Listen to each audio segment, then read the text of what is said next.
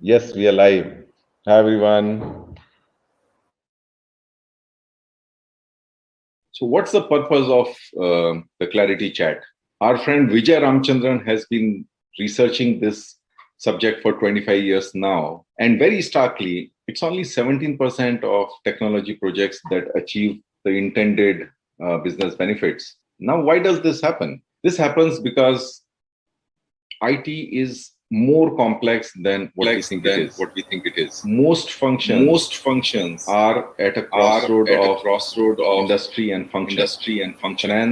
Finance for manufacturing, finance for BFSI, HR for manufacturing, HR for BFSI. But you got to know technology or supporting all the functions, right from your HR, finance, manufacturing, maintenance, everything. Anything that you do with technology has a people impact. And that means that you may implement the technology, but will people use it? That's the first dimension. The second dimension is that management of IT is an ascent function. Most of the functions are more than 100 years old. IT is just about 30-year-old management function. Digital transformation, that's just about a 10-year-old function. What that means is there is not sufficient amount of management science around IT and digital.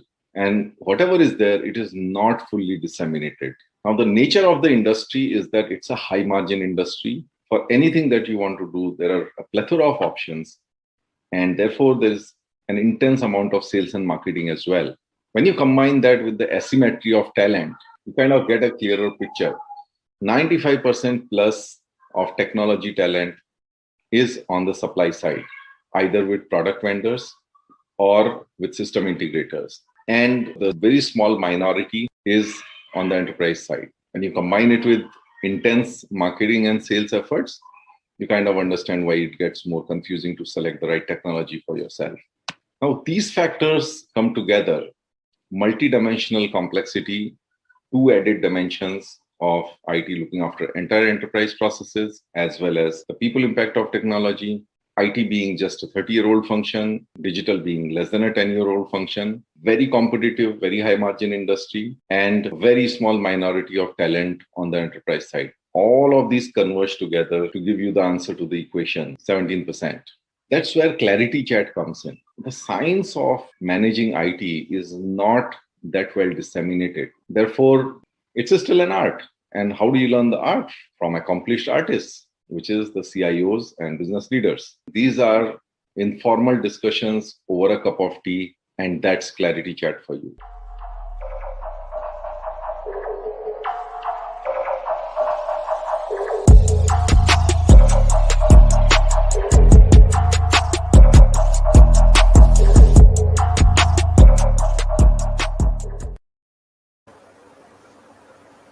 Hey, hi everyone. Good evening. And Vinod, welcome to the ClarITea Chat for a cup of tea. Thank you. Thank you so much, Jagdish. Pleasure to be here.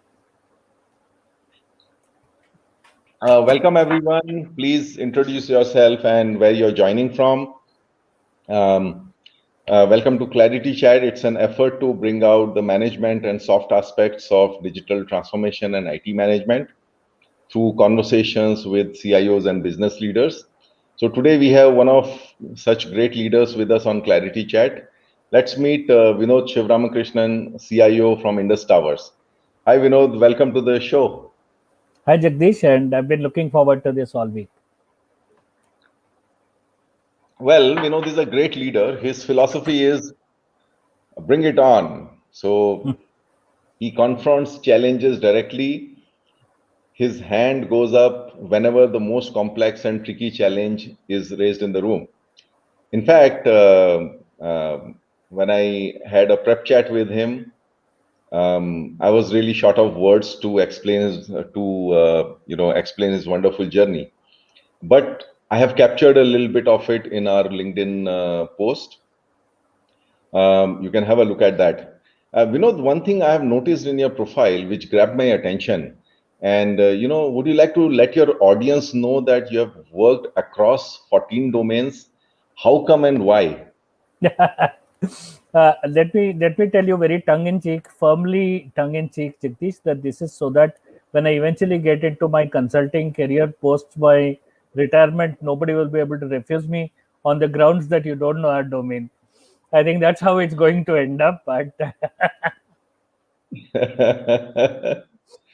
Oh, very funny, very funny.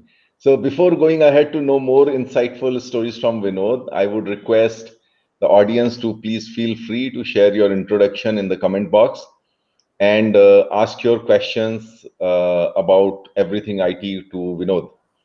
Your questions are important to us because managing IT is an art which can be learned from the artist, and Vinod is going to get you through his own canvas on this edition of ClarITea Chat. So, briefly, what we are going to cover here is Vinod's growth stories. He has some unique experiences in mergers and acquisitions and handling different cultures. He has had a fairly diverse and global journey, 14 domains, multiple geographies. And then now, happily, managing IT in an Indian organization. He has a passion for building talent. He set up the IT leadership program for GE in India, late 90s. So we'll talk about that. Of course, one of our topics of discussion with every guest is how to handle the asymmetry of talent in technology industry. So we'll talk about that. Indus Towers itself is, at a cusp of, at the edge of digital transformation. We all are able to experience seamless connectivity across the length and breadth of India, thanks to a huge, huge physical operation of 180,000 towers that Indus runs, and we'll hear from Vinod as to what does it take to make digital India happen while still running a huge physical operation. And finally, we'll have an interesting round of rapid fire for Vinod. So please keep pinging and let's walk the talk here on the ClarITea Chat. So Vinod, welcome to this session where we have CXOs, founders, IT managers, and technology folks in our audience. All have a common agenda, learning the art of finding success with technologies from the experience of leaders like you and me. So please tell us your career story and some key inflection points and learnings that have stayed with you throughout and which have led to your success. Over to you. thank you, Jagdish. I think as I look back at these 28 years, I think I'm going to shock both you as well as our audience when I say that the first 3 years of my career I spent fighting the idea of whether I should be in IT at all. As a freshly minted MBA from IIM Bangalore, I joined Hindustan Lever as a management trainee, and it was just so interesting that, as you said, it is still a nascent management science, but at that point, it was even more nascent. And I went through a lot of angst personally, looking at, are we technologists? Are we a function like manufacturing? Are we the backroom boys? When will we get our moment in the sun? And frankly, I was aware that there was a window between which I had to make up my mind whether this is what I want to do with the rest of my career, or should I switch to some other function while the going is good. Sort of like the branch change thing in engineering. I thought I had this limited window. Now, the lovely thing is that even despite this doubt that I had, one thing that was clear even to a 23-year-old for the first time learning what business is about was how amazing the tools are that we bring to solve business problems. I mean, to an extent, when I was rolling out VSATs for Hindustan Lever across the country, it was really like electrification, that you switch on the light and you see the smile on people's faces. To a great extent, I think, that is what keeps me, and I'm sure you and many of our CIOs in the game, is the transformation that you can actually achieve through technology. And that, I think, even to a raw young business management graduate, it was obvious that this is how companies are going to transform. This is what is going to run the world. And I think, I recognized it then, and I said, I want to be part of this thing. And therefore, I think we lost some hotshot investment banker or something, but that is how it is. Levers was a great experience in terms of learning how to run the business. In fact, in my first 15 months, I didn't go to the IT department at all. I went everywhere else in the organization, understood how sales works, how manufacturing works. And so by the time I came back to my department, my head was full of a number of things about what we should be doing as IT. And I did that, and a chance encounter got me after 3 years in Levers, when I was actually a contributing systems manager, got me to a very interesting question posed by the then CIO of GE India, who asked me if I wanted to work. In those days, HUL was the best company in India to work for. It was on the cover of Business Today. And the same month, in the cover of Fortune, GE was the best company to work for in the world. So he asked me, do you want to go from the best company to work for in India to the best company in the world? And of course, at 26, I couldn't resist that promise. So I moved to GE, and I think the fundamental promise of GE was it was a company that understood IT, and it was a company that understood growth of leaders. And in full measure, GE over the next 14 years exposed me to some of the best leaders in the world, some of the best IT thinking in the world, and across India, where I was the corporate CIO back in 2000 2001, Germany and the Netherlands, I got to see a lot of businesses. I think I covered quite a few of my domains in that relatively long period, Jagdish. And I have to say that GE was the maturing of my own career, both as a manager as well as a technology professional. And I think the idea of how do you manage at that scale, what do you do when you get to that scale, lessons that are of use today. In 2010, after over 14 years with GE, I decided to relocate back to India from the Netherlands for personal reasons. And I came back in a very interesting role with an Indian group, which was the Jubilant group of companies, where I came in as group CIO back in 2010. And it brought a very interesting, refreshing, and different perspective to IT. India was happening when we came back, in terms of suddenly you had SAP's top three customers coming from India, and Indian groups catching up on the digitization journey with a vengeance. After a couple of years at Jubilant, I moved to Walmart India to be the country market CIO for the India market. Very interesting structure with both a retail and wholesale business. And I have to say, retail was among the most fast paced and difficult in that sense businesses that I've worked with. Enjoyed rolling out stores, and I think it was really challenging as well. But at a point, we had a divestiture of the retail business back to Bharti Retail, and the most challenging project of my life for sure. And post that, I incidentally had a chance during this to get a taste of P&L leadership with e-commerce P&L at Walmart's best price stores being given to me. And it was really amazing, after years, and I'm sure we'll talk more about that. But after years sitting in the management committee, to have a different hat was a very interesting thing to have.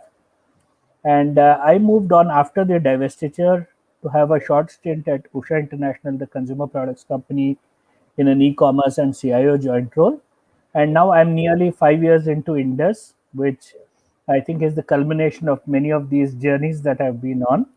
It's been a fascinating ride, and I've enjoyed every day of it. No, that's a great journey. Thanks for sharing with us. Some of it, what you said. The first 3 years grappling with the, whether should I be in IT or not.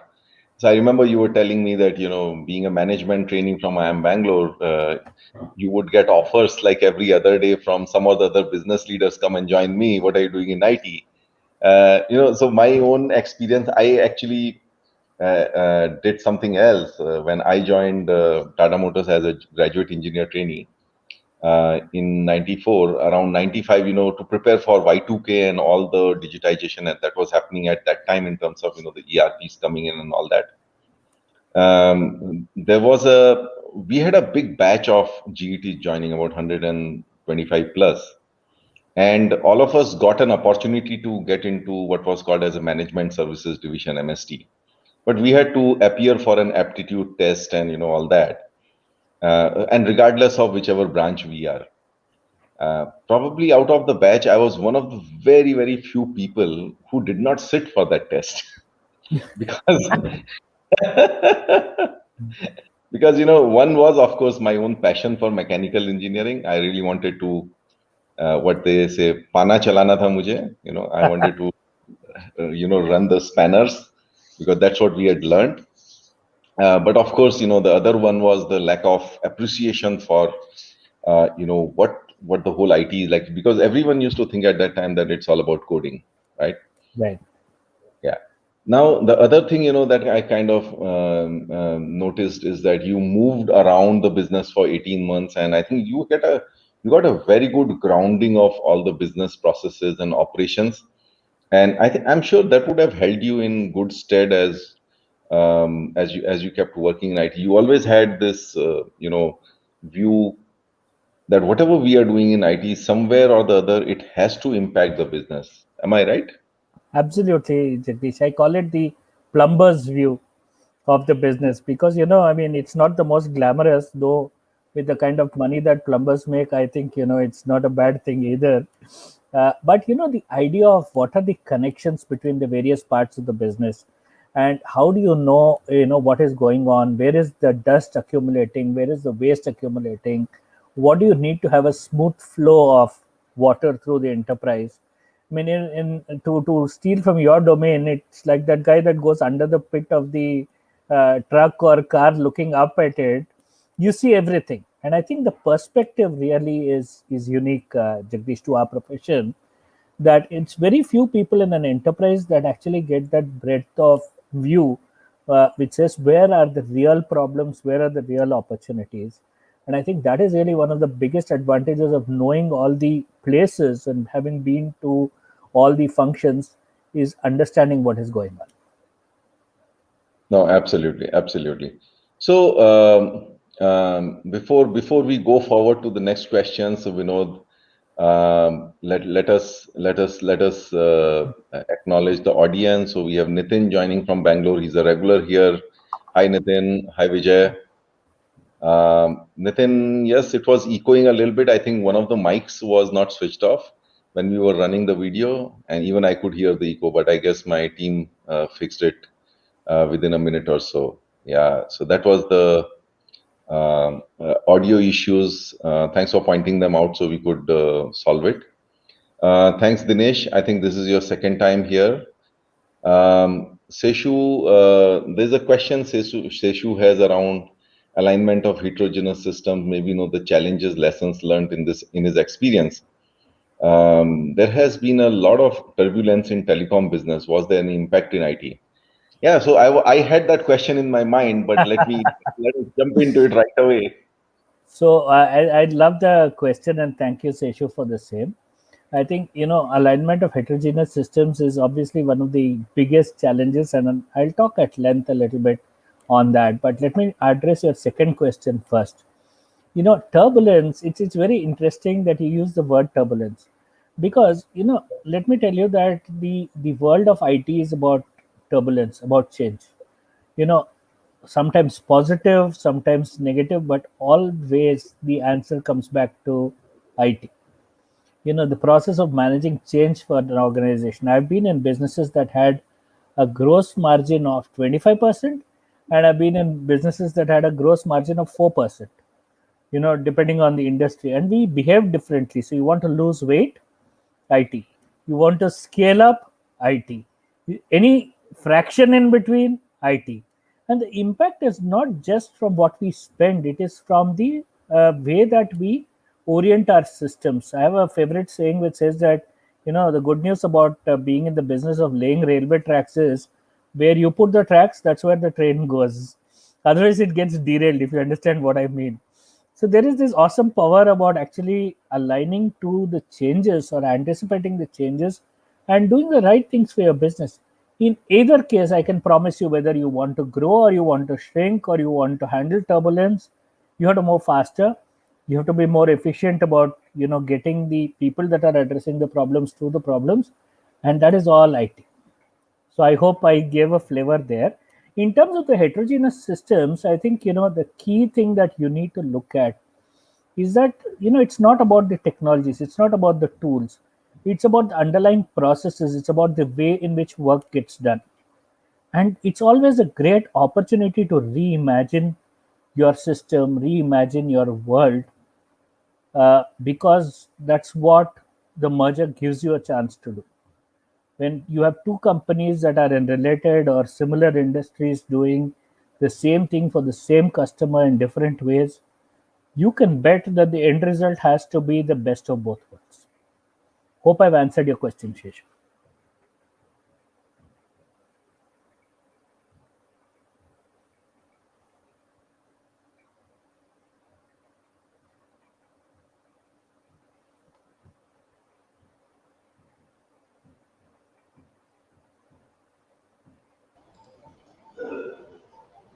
Hello, good evening, Vinay this side. I think Jagdish has some issue with the connectivity. So I would request Vinod sir to take up some questions that we are having. Rahul Shetty Yeah, has asked you some questions. So can you yeah, please? sure, sure. Let me be very clear that the infrastructure that you're talking about, Rahul, is actually the operational technology piece of our business, and I am absolutely happy to tell you that it will be pretty intensive. But let me tell you that this is all part of a continuous, upgradation of technology that happens in any case. And while I'm afraid I can't share significant details of that. I will say that it presents a very good opportunity for infrastructure providers like ourselves to help our customers prepare better for 5G. Thank you.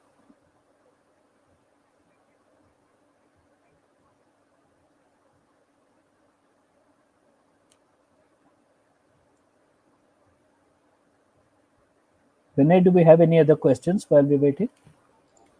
Yeah, thank you, sir. Thank you very much for answering the question. We also have some. We also have a flow with us, wherein we have some Sure. standard questions with us. So I will Sure. also bring you out over here.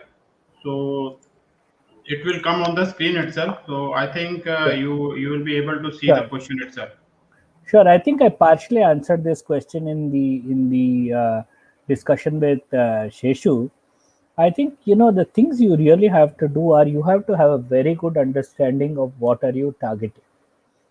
You can achieve a merger. There are two or three aspects of mergers that are important of all. One is culture, which is how do you drive a uniform way across the company of thinking about things and doing things. The second is really about people. How do you assign roles to people and make sure that everybody is productive and contributing to the new company? From an IT point of view, what you have to do is just enable A and B above. So enable people to have a common culture, have the same forums available to all people, have the intranet available to everyone, have the tools of the trade accessible to everybody, have the systems aligned to the common processes as quickly as possible, and make sure that even if you are giving people a 80% product, that what you are giving them works for everybody in the organization. To my mind, that is really the most critical thing. The other part is, of course, people making sure that you're finding the right home for the right skill set. And somehow you have to make this 2 plus 2 add up to a 5 or a 6, or, if you're very good, even a 10, by making sure that you are really using the additional resource you've just received as a force multiplier. Especially if you talk about a function like IT, where you are bringing in individuals with talent and understanding of your industry, this can be a huge multiplier.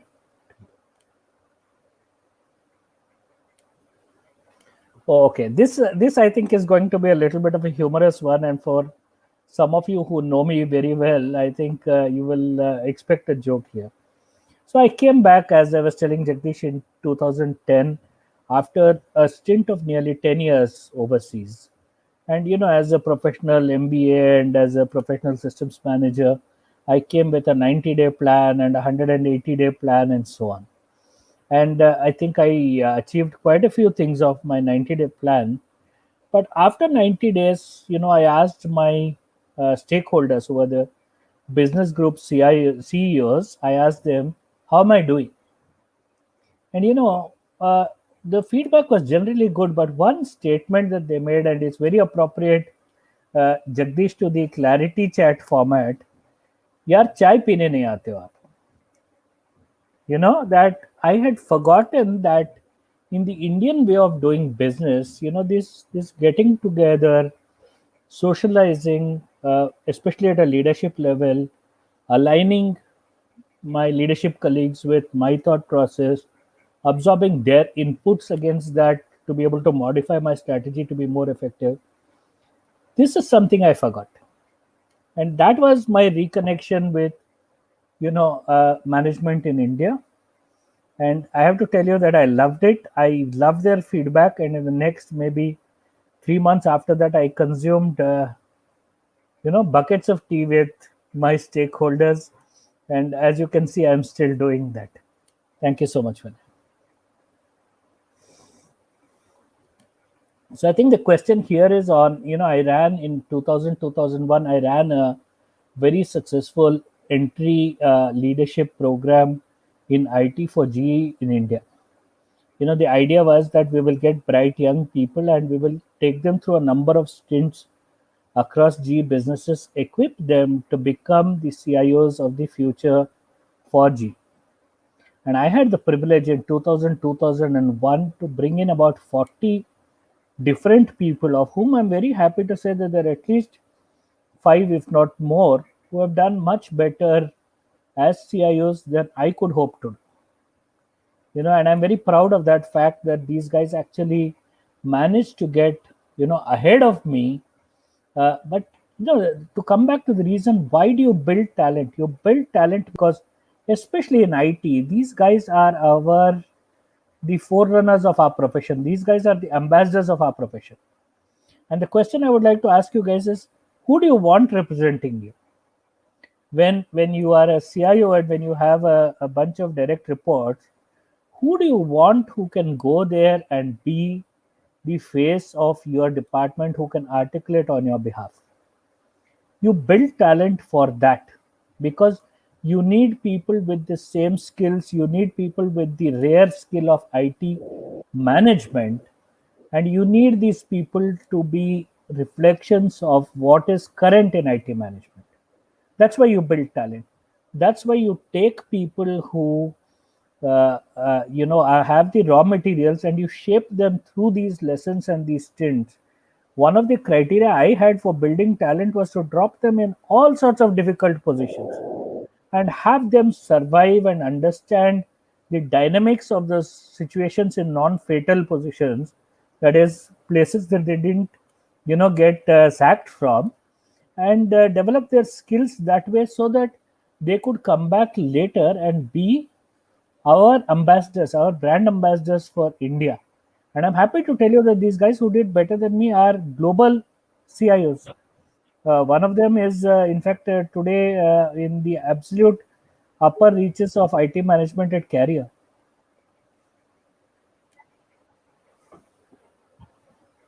No, absolutely. Sorry, Vinod, I got disconnected. Not at all, Jagdish. I think this again goes to show why our industry is so critical in these days. No, absolutely, Call it a little advertisement for Indus Towers in the middle of that. And this also shows that we need a backup plan. Absolutely. And thankfully, you and I had discussed that, okay, what happens if I get disconnected, or what happens if you get connected? Like as IT guys, we are wired to think like that. What if something goes? Absolutely. And so, actually, I could hear you in the background. There's a device here, where my wife is like looking at it. So I was like comfortable. Okay, what if I'm you are on? By the way, Vinay, I cannot, since I reconnected, I cannot see the comments. So if you want to bring them on, please keep bringing them. And I cannot see some of the some of the questions also. So please feel free to bring them up later. Okay.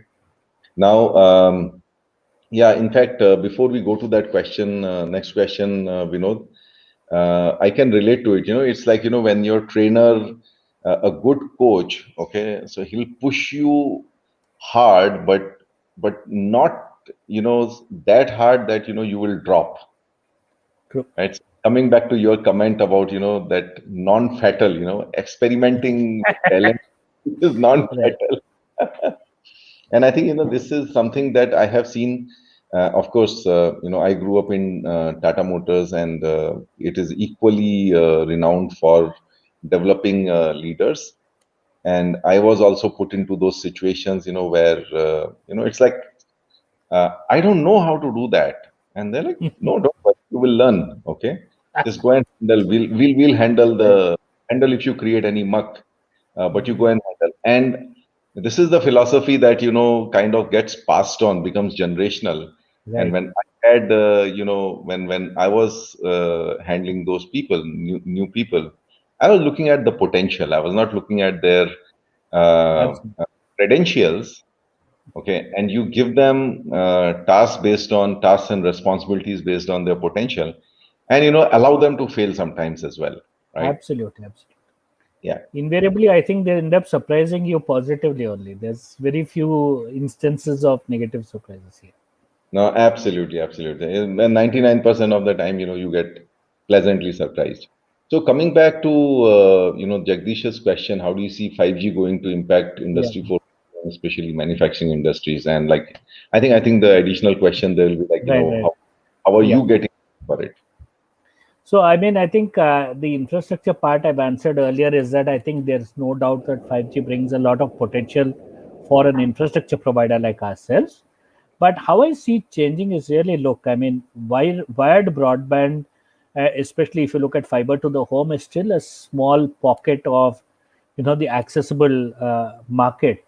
And I think certainly in manufacturing, it's true more often than not that your locations are remote.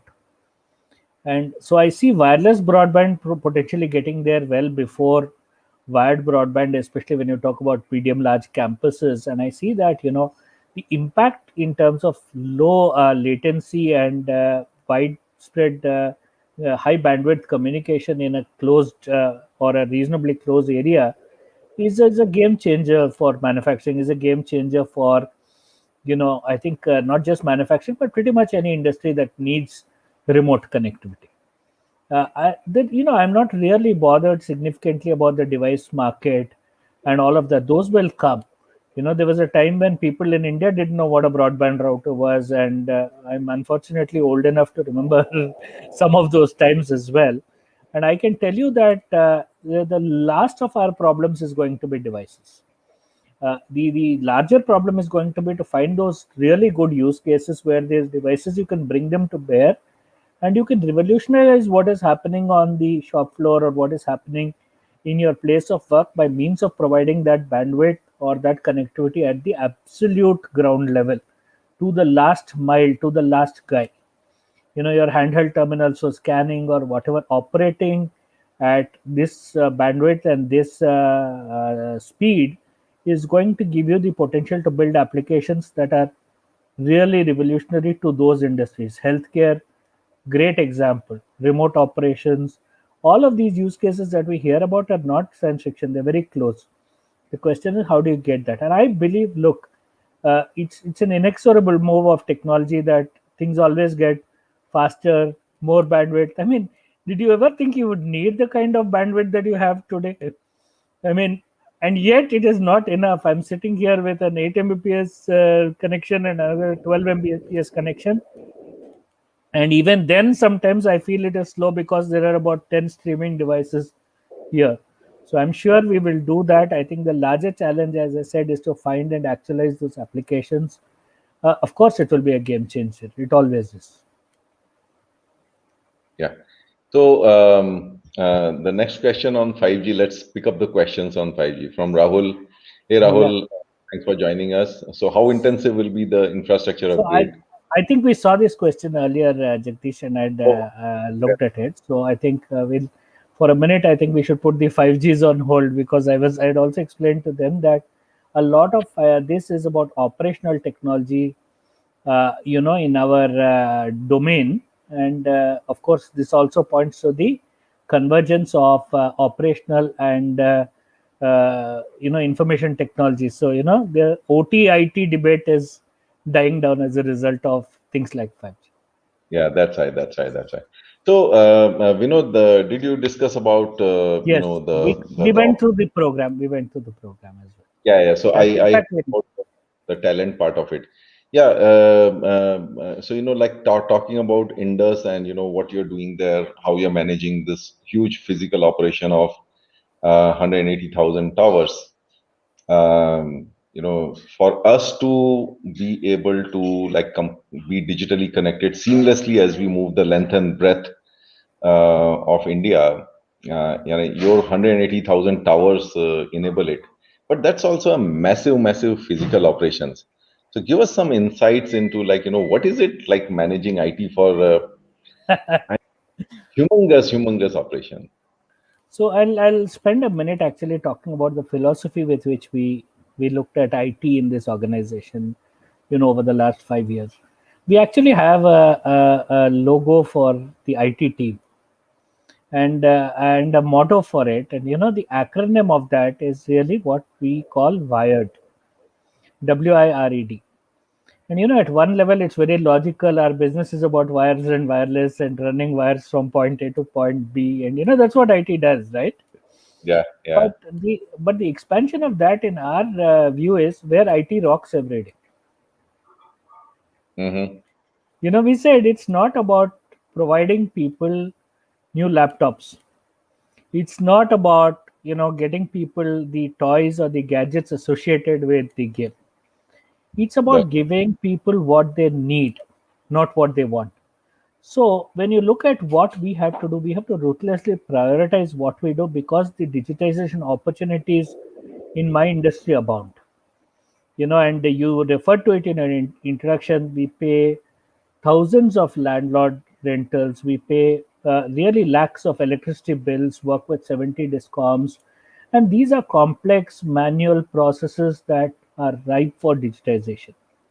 And my team and I look at this, as our mission to convert these physical interactions to as digital as possible to support them. For instance, we have a module that actually does, through an algorithm, it calculates what my electricity bill should be in a tower, because it's not unusual to get a bill from a discom that looks unusually high.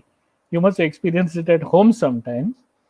Can you imagine doing it on a scale of 180,000? Of course, we have to run an algorithm and see whether these bills are reasonable.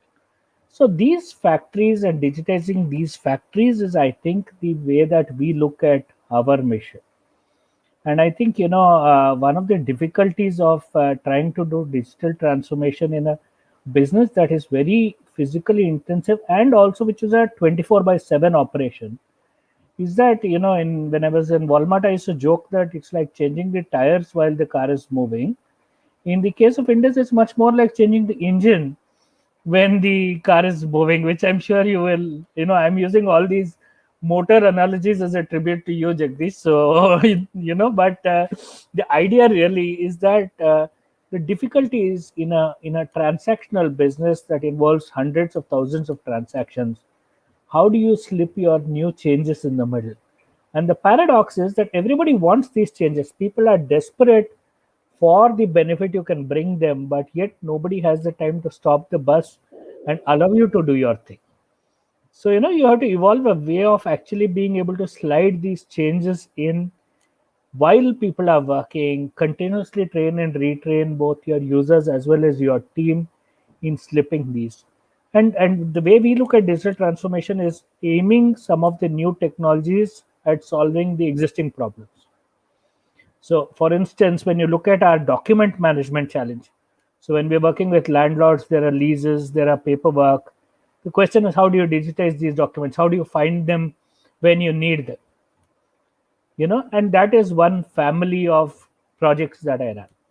Or we take a lot of images at the field, at the sites of equipment. How do you recognize them? How do you classify them? How do you flag to the supervisors that this may not be the photograph of a diesel generator but of something else? these are some of the interesting technical challenges, and my team actually spends a lot of time. So, if you look beyond the run part of the business, which is very substantial, the build part of the business is equally substantial. And in fact, the build part keeps churning and adds to the load of the run. But I think that is how it should be. Keeps us all busy. But the good news is, as we are recognized as an integral part of the progress of the organization, and my stakeholders are more than willing for us to have a punt at something if it improves the life of our stakeholders and partners. And so thankfully our portfolio remains full to bursting at all times. Yeah. Now I think that brings me to a logical question, which which has also been asked here. I'm just bringing it here. I cannot see the name of the user, but and I think it's very much relevant in your case, Vinod, because I'm sure, behind all of this, whether it's the landlords or the electricity bills or, your workforce, which is stationed at all these 180,000 towers, whenever you're making these technology, or even, those factories that you talked about, which are processing the massive amount of paper and stuff like that, as you keep making changes, I'm sure, there are lots of voices out there, which are crying out that, and you're basically disrupting the human power equations all the time, and that brings us to the question of change management. And looks like you have some model there, which is working at scale to make that change management happen. Give us some secrets there. So happy to. In fact, you've worked in GE as well, and I learned a lot of my change management from GE's change acceleration process. And if you remember the formula, it was really that the change is actually represented as the technology into the acceptance. So if the acceptance is zero, then the impact of your change is zero. And I've never forgotten that. Though it has been a while since I was in GE, I think really we work very strongly on that. I think one of the things that I've learned with changes is that look, people need change, but people need to see beyond the short-term disruption to the longer-term equilibrium of it. Because one of the things I think we all understand as technologists is that change will come whether you want it to come or not. The question Correct. really is, how do you explain the change? How do you set the change in the context of what it brings? To a great extent, we try to portray change as a win-lose. But arguably, change is a win-win. The problem is getting people to see it that way. Is it complicating my life? Yes, it may. But for what higher end? To what higher end? And especially, when you work in industries where you're doing a lot of monitoring of field or ground level personnel, the immediate reaction is, bhai, this is intrusive. This is getting into, my area. But when you look at a pandemic, or when you look at a scenario of an accident and the guy has had an accident somewhere and you have the ability to reach him now because you've been monitoring or tracking him, suddenly, the paradigm shifts to one of, are you there, uh, is what you're doing intrusive or helpful? When I insist that somebody who climbs one of the towers needs to have a permission to work, it may be restrictive in a short-term sense for that person, but eventually it is actually saving lives.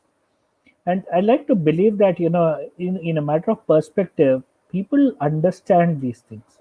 So it is a question of how do you to articulate your argument in a way that clearly convinces people. And in some cases, it is also, I think, fair of us as senior leaders to indicate that you should bite the bullet and get on with it, because understand how to utilize this technology to your advantage.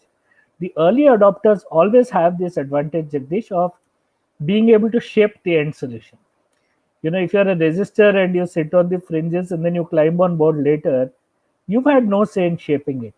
Whereas the guy who didn't like it any more than you but got involved anyway has had the chance to mold it a little bit and at least, alleviate the challenges that he or she is facing with it. So my advice to users is usually get into it and then we'll talk.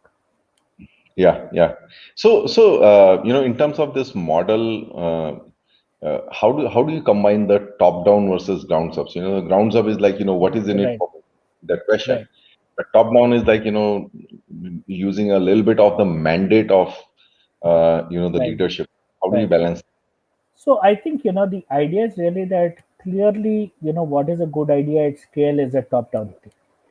So, one of the ways we look at it is really the ability to harness an idea from the ground. So from the millions of data points comes the gem of an idea which says, ऐसे करेंगे तो at scale this might give us a benefit. That Correct. you digest at the top, you evaluate, you ruthlessly prioritize, you do the modeling, you examine the validity of that concept, and then you push it down. Because so in a sense, it's actually come from down. But the shape that it takes, the way that you do it, the way that you architect it to prevent leakage, to prevent accidental or intentional damage to the concept of the idea, you standardize it, you invite a lot more views, bring expertise to bear on it, and then push it back. So unfortunately, it might not look like the same thing by the time it goes on its way down. But the truth is, it is actually the same idea. And by the way, I am a big believer that you cannot get ideas from the corporate office. The ideas Absolutely. always come from the field. How you shape them, how you design them, how you manage them comes from the top. But believe you me, the ideas always come from the ground. Okay. So a follow-up question on that. So how do you get these ideas? I mean, So we how, actually have, and it's very interesting that you should ask that. how much are you Yesterday, so I'll tell you this, that we have a tool which we call the Idea Incubator, where everybody in the company that has an email ID has access to it. And in their day-to-day life, we encourage them to give us ideas of improvement or areas of dissatisfaction or problems or opportunities that they see. And there is a rigorous process with each of these ideas, especially when it pertains to digitization, comes straight to me. But equally in other functions as well, when these ideas come and they require my input, they come to me. So can we do a system like this? It comes to me. And I'll tell you this, that we hold it very sacred to process these quickly. Even when we say no in a very gentle way. We don't let people down harsh, because some of these ideas obviously are not practical or practicable at scale or not achievable with the technology that we have. But I'll tell you this, that some of our biggest successes have come from a gem of an idea that came from some guy who didn't even probably understand the scale or scope of what he's suggesting, but were so good that by the time we finished with them, these were lauded and recognized initiatives for the company across. I can tell you, I read everyone very keenly as if I am reading it for the first time, as if I joined the business today, because that is the only way to look at these things, because they are so powerful, and you add your own context and experience to those ideas, they become even more powerful. absolutely, absolutely. Very, very well said, Vinod. So, Vinod, what really caught my eye was when you said IT has a brand and, we have a logo and all that. I think a lot of times, IT people, um, they fail to connect the larger picture, okay, and it becomes like, a day-to-day run maintenance kind of job. So I understand that you are trying to also bring up the whole level of motivation and all of that. So what all do you do to build an IT brand to keep your team motivated and like run that whole internal branding and communication to pep them up? So one of the most important things, Jagdish, is when we get praise at a company forum or something, we try to get that praise right down to the person who did the job. So typically, how does my work matter in the larger scheme of things is, I think, one of the biggest questions that, forget IT. I think even in manufacturing, you must have had the same problem in the shop floor where somebody wonders, यार मैं ये पन्ना चला रहा हूँ, मैं what is my contribution to the strategic aspect of the company? And I always tell my guys that the only way in which you can count is what is that thing that you have done, how is it being used in the field, how has it changed the life of the person in the field that you aimed it at. So we encourage our people to actually contact the field to directly figure out what the impact of that is. And I try very hard, especially at my direct reports level, to communicate to them. So every time I come out of a staff meeting or a leadership meeting, the salient points of that. Actually, this is a product that is suddenly catching fire in the relevance of 5G.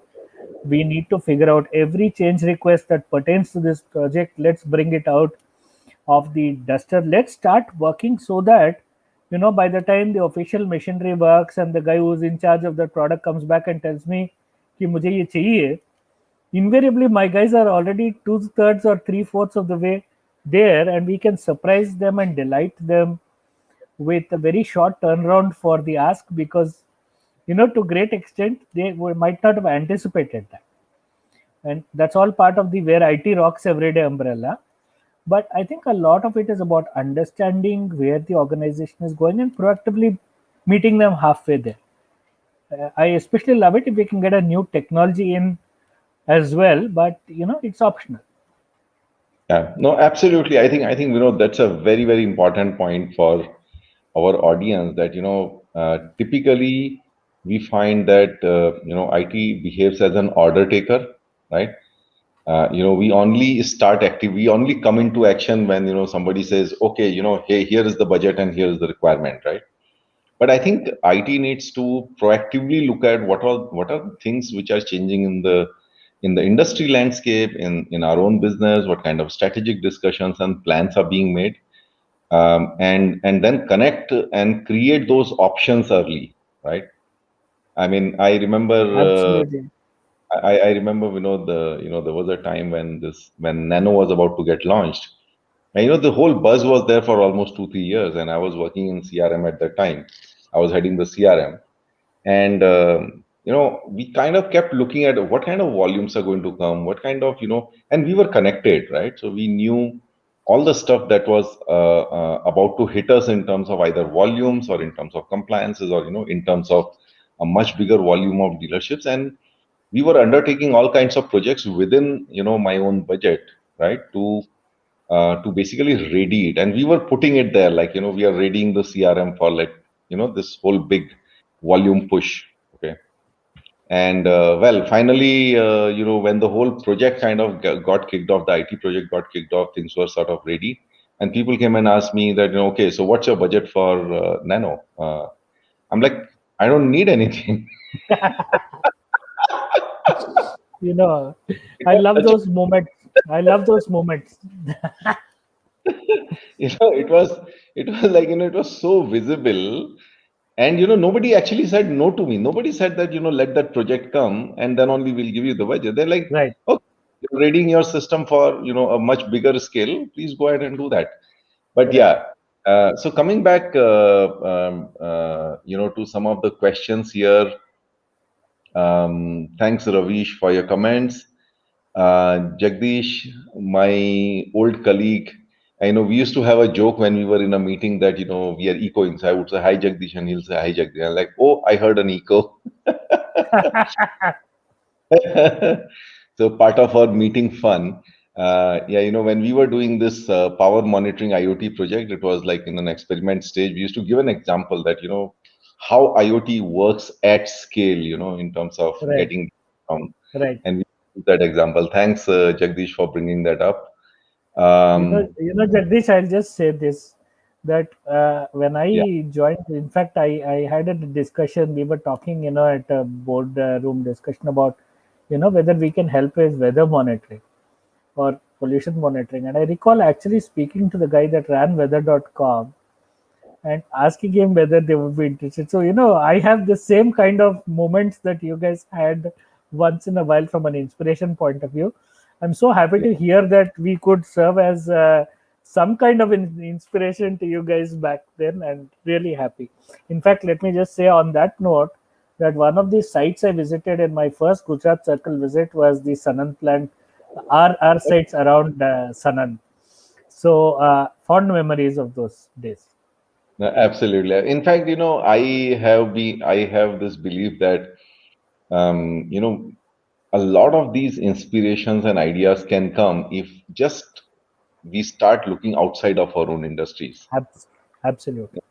especially somebody working at a different scale. Like, for example, when I was trying to do this, when we were looking at SMS technology, we didn't at all look at manufacturing. We looked at banks because we Exactly. could see that, like banks are like serving billions of messages every day, and like, let's benchmark with them. Anyway, so let's move forward, Vinod. One of the important questions that I asked my guests is about this whole asymmetry of talent. I don't know if you answered that, but if No, not, not really. In fact, and I actually, I was inspired by the elephant. How do you make the elephant dance kind of a thing? I'm going to use the analogy of the Mahout and the elephant. Mhm. The Mahout is a tiny little fellow, and he has a tiny little that Ankush thing that he uses, and you are actually shaping the elephant. So the 95-5 asymmetry is a problem, but it is Correct. as much of a problem as you allow it to be. I think the idea is really that you have to be that god. You have to be that Mahat who is actually doing the job of controlling that elephant in a purposeful way, and taking it from point A to point B. If you let the Absolutely. elephant control you, or if you drive the project on the basis of the skill set that the vendor is bringing, then I think you are in trouble. One very good trend that is happening, I think, Jagdish, is the rise of low code and zero code and citizen development. I think Yeah. these are things where there is a substantial level of the analysis, there's a substantial level of the discussion that you can take out, and then what you have the partner doing or the supplier doing is the scaling. Yeah. Too often we in IT have been very happy to delegate certain key responsibilities to partners that they are no more suited for than you are. For instance, when you talk about requirement gathering and that whole to and fro that happens with the business, कि ऐसा क्यों होना चाहिए और ऐसा क्यों नहीं होना चाहिए, giving it to the partner is the stupidest thing you can do, because you're bringing in a weaker partner into the discussion, somebody who doesn't live this world, somebody who doesn't feel the consequences of not understanding these, and you're putting him in front of the guy who is the most important person who's deciding what the requirement is. And do you really want to do that? I think again it's a question of how do you marshal your scarce resources and put your talent in front of the customer, so to speak, understand the requirement, assimilate it in a good way, and then hand over the goat to the mahout and get the elephant on the road. I Wow. think the problem too often is that we let the elephant engage with that customer, and that's not a good idea, because the elephant skill set doesn't engage or doesn't extend to that. If we think of ourselves as premium consultants, uh, then I think we have a much better idea of what is the value of scarce IT resource in a company. I mean, if you don't understand the domain you are in, if you don't understand the problems your users are facing, then you should be replaced by a partner, presumably. No. No, absolutely. And I think, especially given that, in today's environment where, we're going in the agile mode, where, Right. we continuously keep in touch with the customer, which is our business function, and, we involve them. I think we need to match in terms of our own, like, bandwidth to engage with them. Yeah. Or Now, exceed. yeah, absolutely, or exceed. Yeah. So, Vinod, we are like coming to sort of the last 5 minutes. We might extend it for another 5 or 7 minutes, just to get past that interesting rapid fire round. But here's a very good question that has come from Mohit.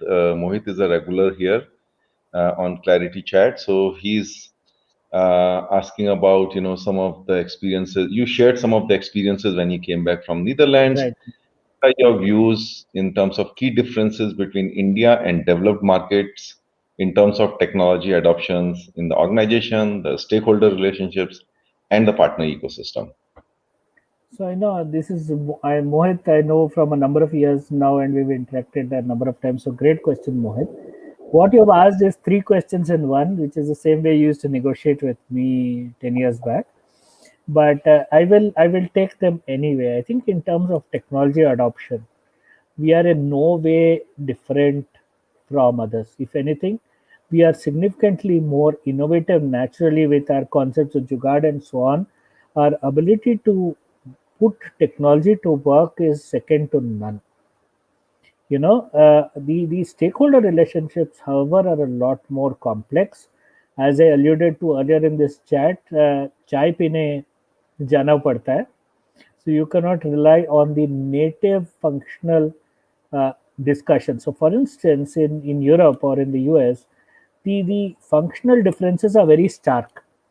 You deal with them head on. You talk to the head of manufacturing, you're talking very, very pointedly about certain things that impact that person on the ground.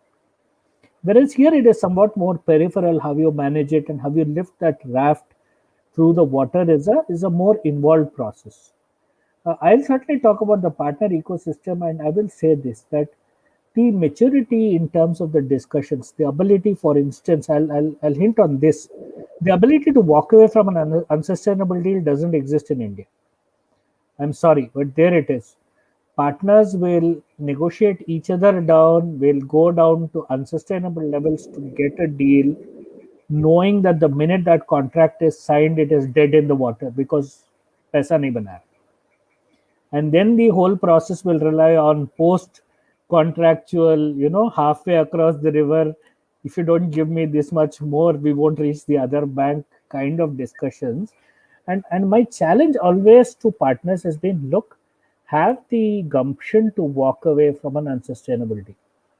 And if you get pushed into that deal, you have only yourself to blame, because you have taken up something that you knew in your heart of hearts. And Mohit, particularly in your side of the ecosystem, which is the sales side of the ecosystem, this is a drug that you have to get off, which is the idea of closing the deal. There are enough companies, there are enough CIOs that understand what is a sustainable price point in a deal, and that will actually make sure that if you go below that, they will not give you the contract, because they know as well as you do that ye doobne wala hai. And that maturity in the partner ecosystem in Germany, in the Netherlands, I have such respect for partners who got up from the table in the middle of a negotiation and said, guys, I'm sure somebody else can do it below this, but I can't do a good job below this. Thank you very much. I'm out of this. And I can tell you this, that as a guy from India learning the ropes there, I have called back many of those people and said, look, on reflection, you're right, you do it at this price. No, actually, Vinod, the very, very pertinent point. In fact, when we were doing our, CRM the first time around, we had to actually motivate the partners, or tell them that, guys, we are serious, because people thought that we will go with our ERP vendor and we are that shop and all of that, right? So, Right. and we were coming from business, and we had to really convince the vendors to come talk to us, and don't take it as if we are going to go with one guy itself. That was number Right. one. And number two is, it was actually a shock for me also. There was something, in our UK acquisition, we were talking about some big program, and one of the vendors actually refused to bid. I mean, they refused to come and, sort of even participate in the RFP process. And they said that, and when we dug into why, they said, listen, we have this whole evaluation process. That's what's our chances of winning this? What are the biases that exist, within your organization? And they said that, with this large group and, your in-house organization, all, we don't think, it will be fair. You will just use us to beat the price down. So, I mean, that was a learning for me, because we can't take partners for granted, and there's a certain credibility that we need to create for ourselves, which will motivate a good or great partner in a particular domain to come and work for us. And, not because they also understand when you're trying to use a partner to beat others down. Absolutely, Jagdish. And I think the idea that beyond that, if you're a startup or a small company or a big partner and you want to work with somebody, you should absolutely have your criteria which say that I will not work, where I get taken advantage of systematically in the partnership. I think, The view is really, in my view, is that look, these are the guys who deliver for you. So the question is, what do you do which keeps them in the game? If they lose money one off, perhaps that's okay. If they lose money sustainably, the only thing you're doing is putting them out of business. Absolutely, absolutely. So we are, just about time, Vinod. So rapid fire, maybe maximum 1 to 2 sentences Sure, responses. So sure. Vinod, you worked so let's start the rapid fire round. Rapid fire number one, you worked as a P&L leader for e-commerce while you also played multiple roles of CIO. What is the biggest difference between your CIO role versus your P&L leader role? So the biggest difference is that the CEO didn't listen to my excuses in the business side role. He would ask number law, and on the other side, I would be able to give some spiel that would buy me 15 minutes of relief. That's the biggest difference. Okay, no, that's a great one. Okay, rapid fire number two. What are those counterintuitive things that you do which you don't see other CIOs doing? So I talk a lot to non-IT people at lower levels in the organization. So when I walk through the office, I stop to talk to people at fairly junior levels in other functions. I try to perceive what it is that they think of the guys that they're dealing with in my team. Unka kya chal raha hai? What is it that they have a view about what we are doing, or what problems they're facing in general in their work? And I think that is highly counterintuitive, because normally you don't expect to get value, but I get a lot of value from that because I understand the pulse of how some of the things we deliver are being perceived and felt by the lowest rung of the organization.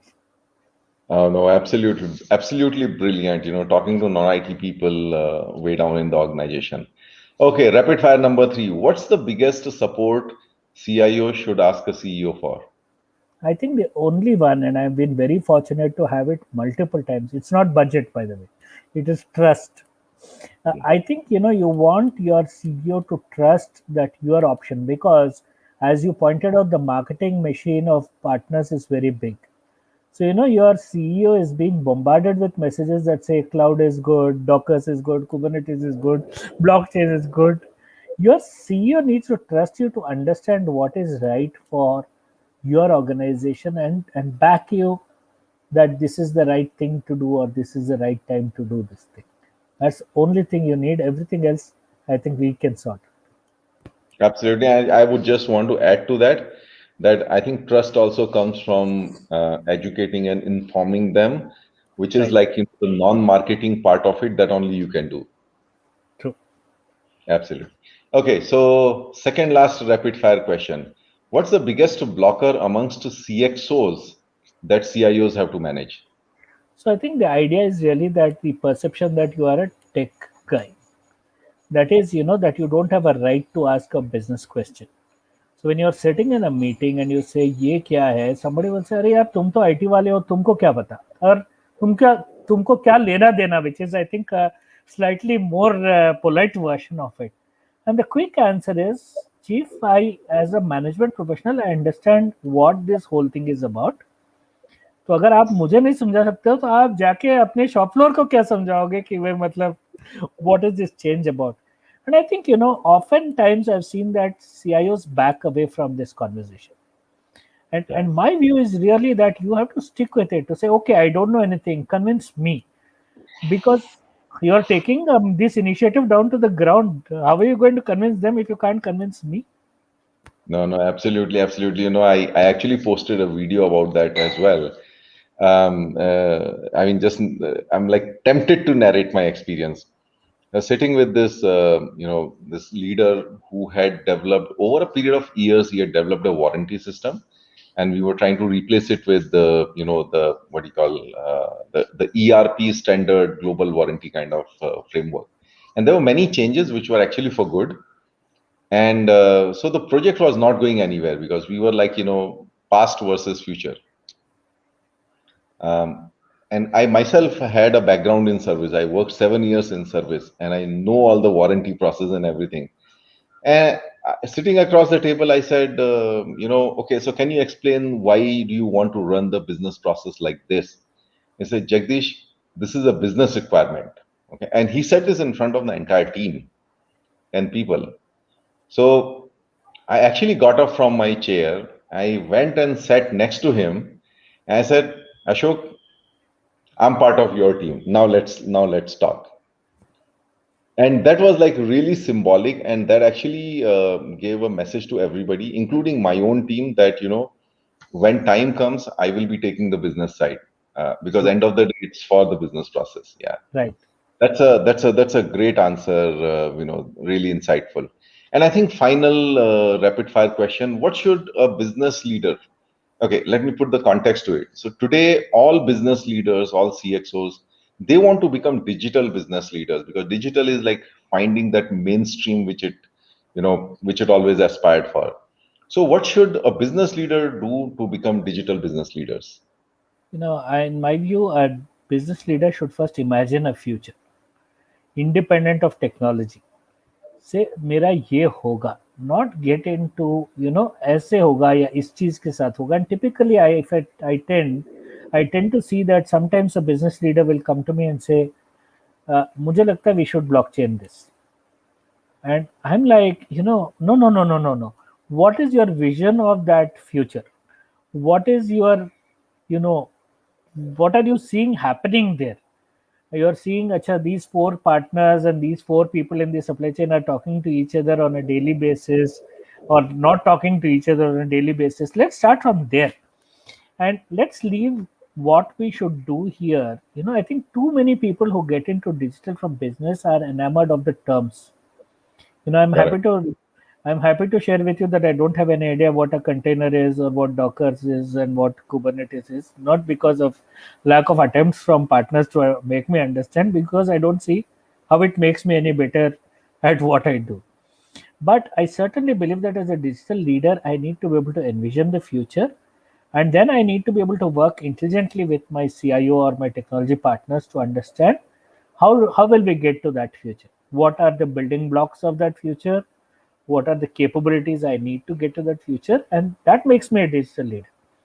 When I think that my customers will interact with me across 6 platforms and take up the conversation here and there, then I'm a digital leader. When I think, अच्छा ये content management system लगाते हैं, then I'm not a digital leader anymore. I just joined IT. No, absolutely. And I call it the difference between an interior designer's view of the house versus the architect's view of the house, which Exactly. it's that not just how well it looks, but it also is about how strong are your pillars and how strong is your flooring, how sort of leak proof is your plumbing and all of that. Exactly. Yeah. Exactly. Okay, so before we close, Vinod, your opportunity to ask me a question. I have asked you so many. I've been itching for this so the last 1 hour, so I'm so happy that you gave me that chance. Now, Jagdish, I was fascinated to understand that you came to IT from outside, after a successful functional career. When you came, what were the one or two things that you didn't like about the way that IT, either the function or the people used to think, the mindset that they had, and what did you do to address Okay, no, that's a great question, Vinod. And yeah, I call myself an accidental CIO because I always wanted to be in business and I came here, then fell in love with it. So few things, one was this whole passing on accountability to the partners. Right? So there's one single principle on which I built my entire IT organization is just by convincing my bosses and my management that the whole equation of outsourcing versus insourcing should be handled with the single question of accountability, that we have to keep the accountability inside. I shouldn't come to you when something breaks, blaming it on a certain partner, right?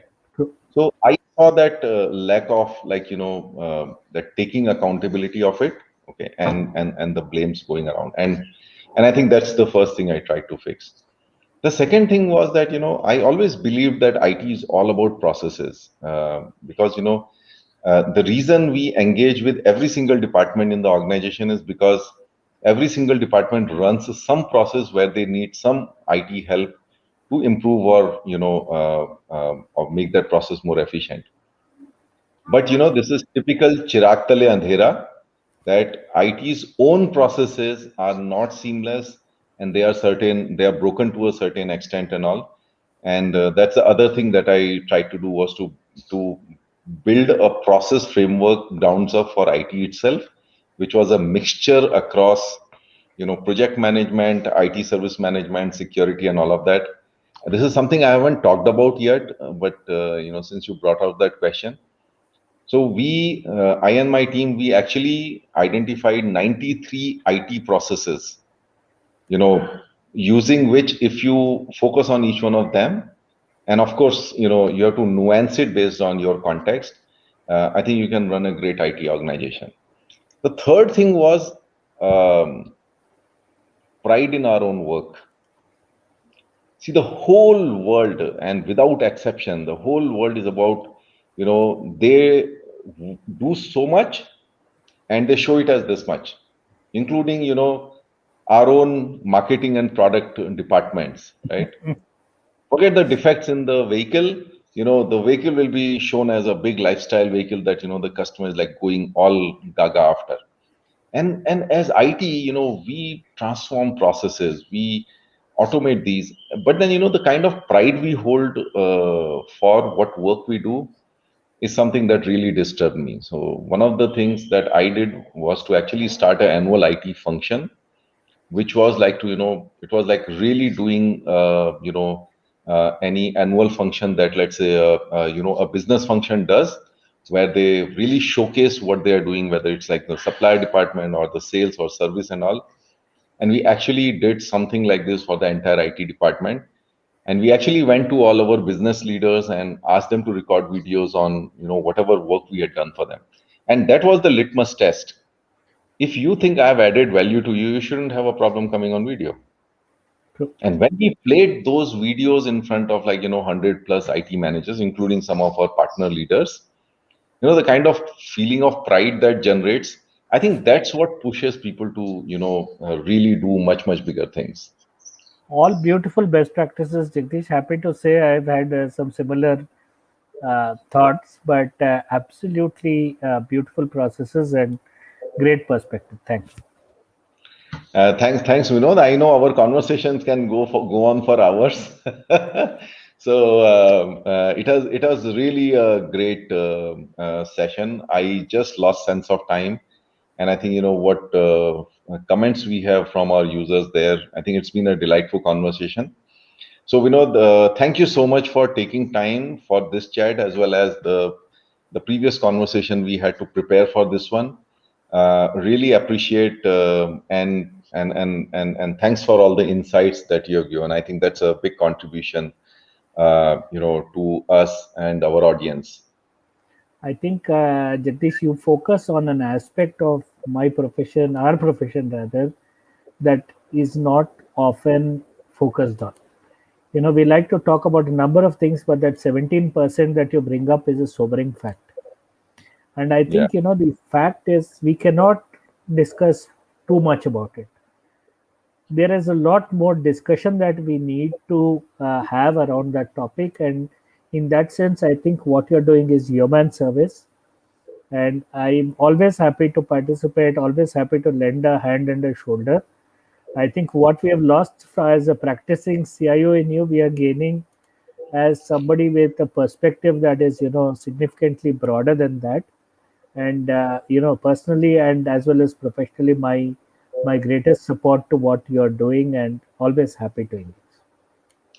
Thank you so much, Vinod. Thank you for those encouraging words. In fact, those are the ones, which keep this weekly conversation going. Thank you so much.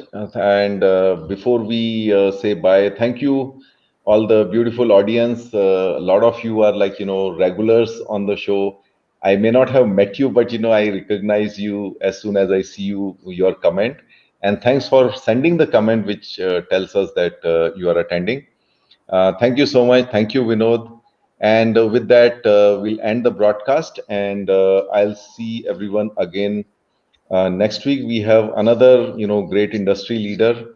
I'll announce it nearer to the date. I'm really excited about the next week's session as well. So thank you, everyone. Bye-bye. See you next Saturday on the ClarITea Chat. Please be ready with your cup of tea. Bye.